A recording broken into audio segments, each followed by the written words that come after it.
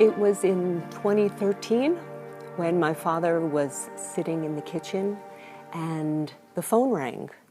And he picked up the phone and he heard, "Stefan? Is this Stefan Rosenfeld?"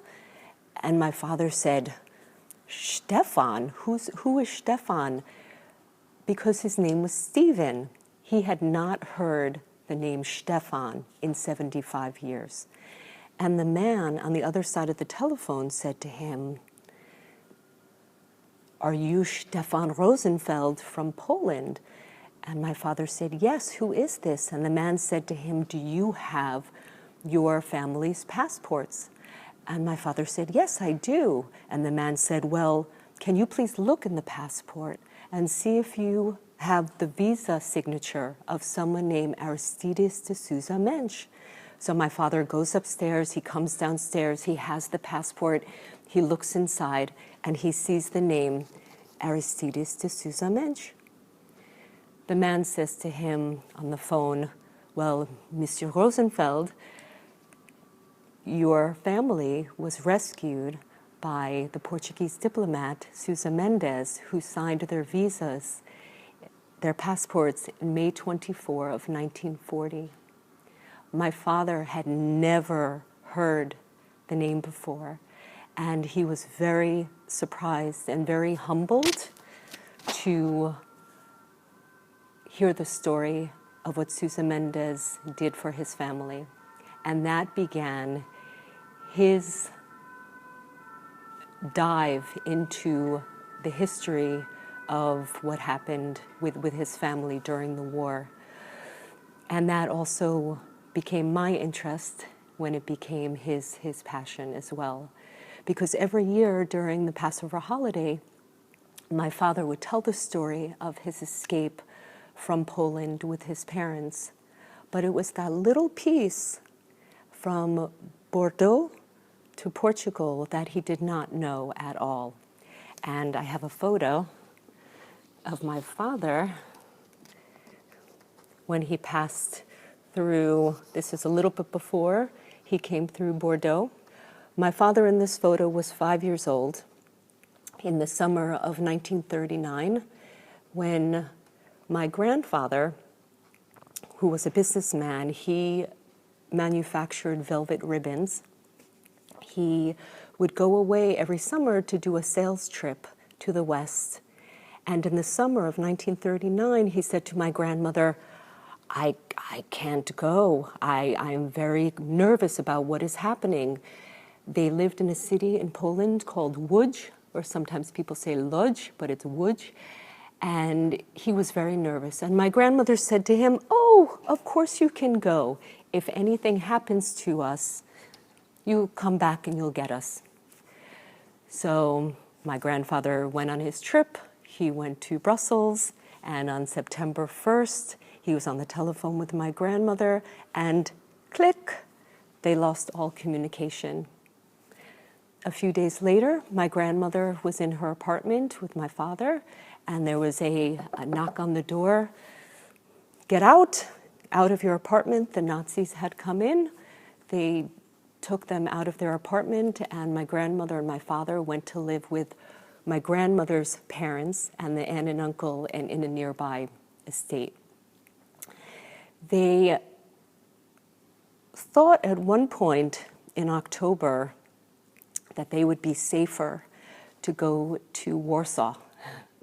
So my father remembers going on a hay cart ride with one horse pulling the hay cart to Warsaw, which was 70 kilometers from Łódź. And my father did not sleep very well. He was an insomniac. And he remembers very early in the morning, about 5 o'clock in the morning, he was awake. And he saw a little speck far off in the distance, and it came closer and closer and closer, and it was an airplane. He woke up everyone in the hay cart. They jumped out of the hay cart, and they ran into a hay field, which was right next to them. And an airplane flew right over the hay cart. After they went back into the hay cart, they continued to Warsaw. But they were not any safer in Warsaw. They were being bombed. Warsaw was under attack. They spent most of their time down in a bomb shelter. So my grandmother and my father and her parents went back to Łódź, the 70 kilometers. My father's uncle and aunt stayed in Warsaw. And their story, they went north to Lithuania and they were rescued by Sugihara. My father and grandmother and her parents went back to Łódź. So my grandfather was in Brussels and he was able to contact the Bolivian consul general who was stationed in Hamburg, Germany. And he got them a transit visa to go to Brussels, to meet with him.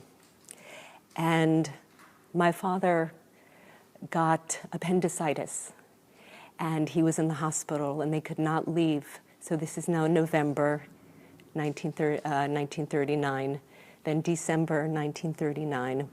And it was not until January of 1940, when my father was well enough, my grandfather had sent another transit visa from the Bolivian consul general, that he was able to finally pull them out of Łódź. So he only had the transit visas for my grandmother and for my father. And my grandmother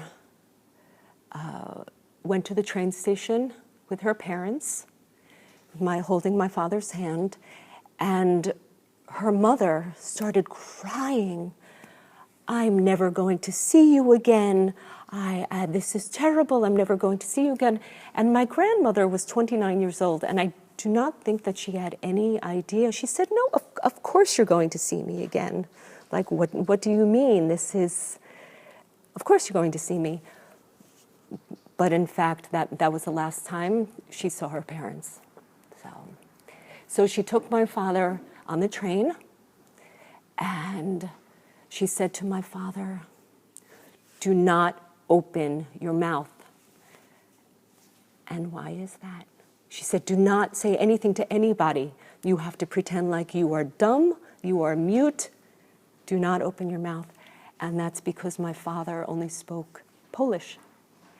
And they were about to get on a train ride from Łódź into Hamburg, Germany, and then from Hamburg, Germany to Brussels. So my father remembers sitting on the train, looking out the window with my grandmother speaking fluent German. She had been raised in German-speaking private schools, so she spoke German fluently. She was also very fair, the fair eyes, light. And so my father remembers her laughing and speaking with everybody, and he had to be quiet. So they arrived in Hamburg, Germany, and they were met at the train station by the Bolivian consul general's wife and the general's wife's son.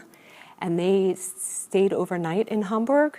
And then from Hamburg the next day, the consul general's wife and the son accompanied them to Belgium, where they were finally, on January 20, reunited with my grandfather.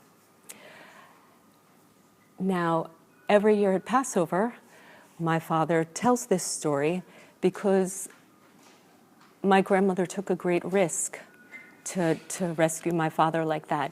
She had taken her yellow stars, which were worn on the front and back, front and back, and she took her yellow stars and she put them inside her clothing.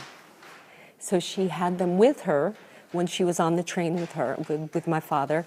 She took her stars on the train also with her jewelry sewn inside her clothing, and they were finally reunited. So when they were in Belgium, they tried to get to England. They were not able to get passage to England, and May 10 came, and they had to run away again, and they went to Paris for a few days, and then from Paris they went to Bordeaux. And my father loves to tell that he fell in love twice. he was only 6 years old. He fell in love twice. He fell in love once with a 10-year-old girl in Brussels, and he fell in love again in Bordeaux, also with a teenage girl. So, they came to Bordeaux, and they had their visa signed, and they went from Bordeaux to Biarritz, and then through Spain and into Lisbon. So it was not until these many years later that my father learned just how important the time in Bordeaux was, and what the incredible miracle that his parents were able to somehow, before the internet, before the telephone, how his parents knew to go to the consulate office of the Portuguese Consul General, Sousa Mendes. And I think that when my father learned what happened to Sousa Mendes, after that he, and now I feel this great importance to appreciate every day. And we're so lucky to be here, because in his town, in Łódź, only 4% of the population, the Jewish population, survived. 4%. So when I go to teach school children, and there's 100 children in the room, not children like high school, I'm able to show them what 4% is by how many children stand and how many children sit down. So I have come to really try to honor the Sousa Mendes name, what happened to him, for doing this, for showing such great courage, that I need to share his story, his great heroism and courage with children and with grown-ups and with everyone. So that is my family story. And my father and grandparents arrived. They went from Lisbon in July. Oh, there's one more miracle. We had one more miracle. By the time they reached Lisbon, my grandfather had run out of funds. He had run out of money. And somehow, I don't know how, they met a woman from New Jersey in the United States, a woman who was there on vacation with her granddaughters.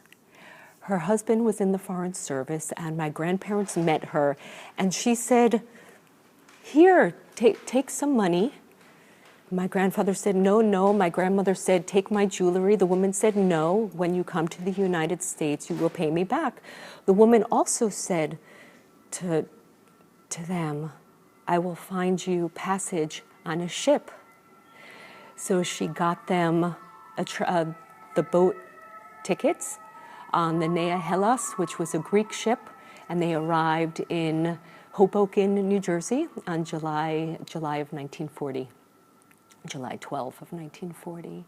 So, and that is my father's story. They came to America. My grandparents did very well. My father lived a beautiful, happy life. And yes, and unfortunately, he died of COVID in 2020. So that's my story. That's my story.